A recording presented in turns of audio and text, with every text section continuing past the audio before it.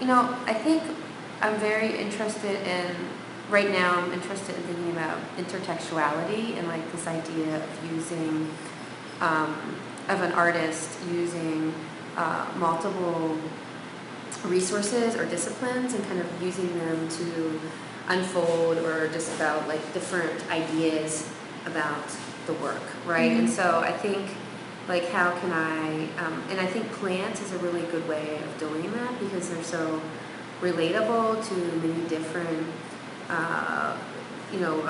many different disciplines, many different people in many different ways, from like an ecological standpoint to a scientific to, that's one of the reasons why I'm really fascinated with plants too, and also community.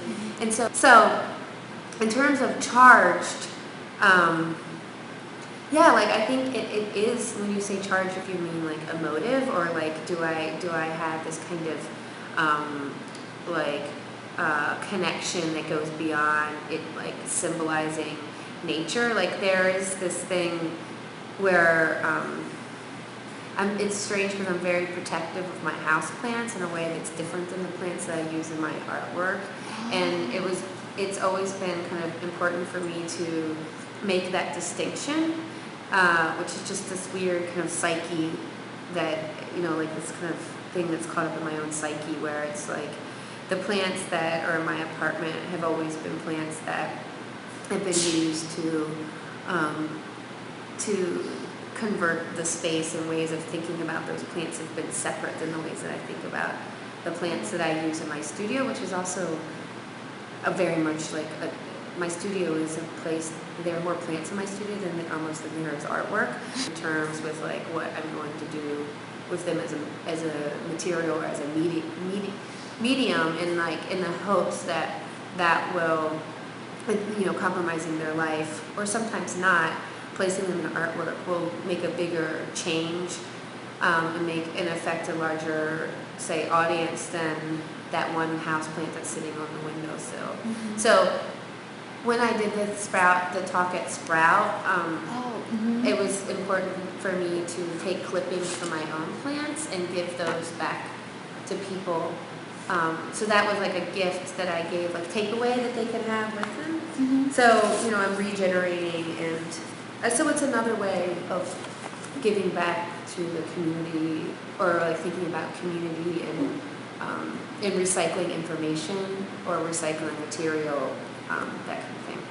And I like the collaboration. I mean, I think artists today and educators are all kind of the same, and I think like a writer can be an artist, and an artist can be a teacher, and they can also maybe do curatorial things. And I mean, I think that is what defines an artist today, and maybe they're better, they're more proficient in one category than another, but I think it's important for artists to talk about, or be able to write about art, and I think it's important for writers to be able to think like artists. And I think that my work relies a lot on other people's responses to it too.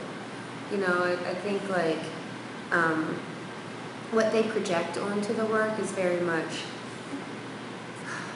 becomes integrated into the work. And I think that people are naturally curious about the evolution of the plant. Like they see the material as what it is right then in that moment when they experience the piece. Because they're standing there for 5 minutes, you're not going to actually see. It's a latent phase that's happening, or a change. It's not something that they can see right in front of them, right? And so, and also it's rebirth too, and that's what the photographs do a lot of times, is they record certain stages of the plant's cycle, right? That stuff is something that I didn't see either until I've started making this stuff for a while. Like I still, in terms of the decay of the plant, of the degradation of the plant within the object, like the wax pieces where the plant's inside of it completely. Like, I don't know if it will wither up and curl away and just evaporate into dust, and then it will leave that kind of hollow space. So when I first started making the work there, and the reason why I kept making the work is because it caused a lot of anxiety within myself. Yeah, I mean, I was interested in using this like corralling nature and bringing it in from the outside and using it as a material in my work, and because I was fascinated and I wanted to be around plants a lot, but But when they started dying and changing in ways that I didn't have control over, then that's what started giving me anxiety. And so then over time, it was like, well, you know what, that's not really about what the work's about. It's not maintaining its life and trying to keep it in one state. It's about it evolving and turning into something different. And that might be death, and if it is, like, perhaps death might say more about something than its life. And so there is this kind of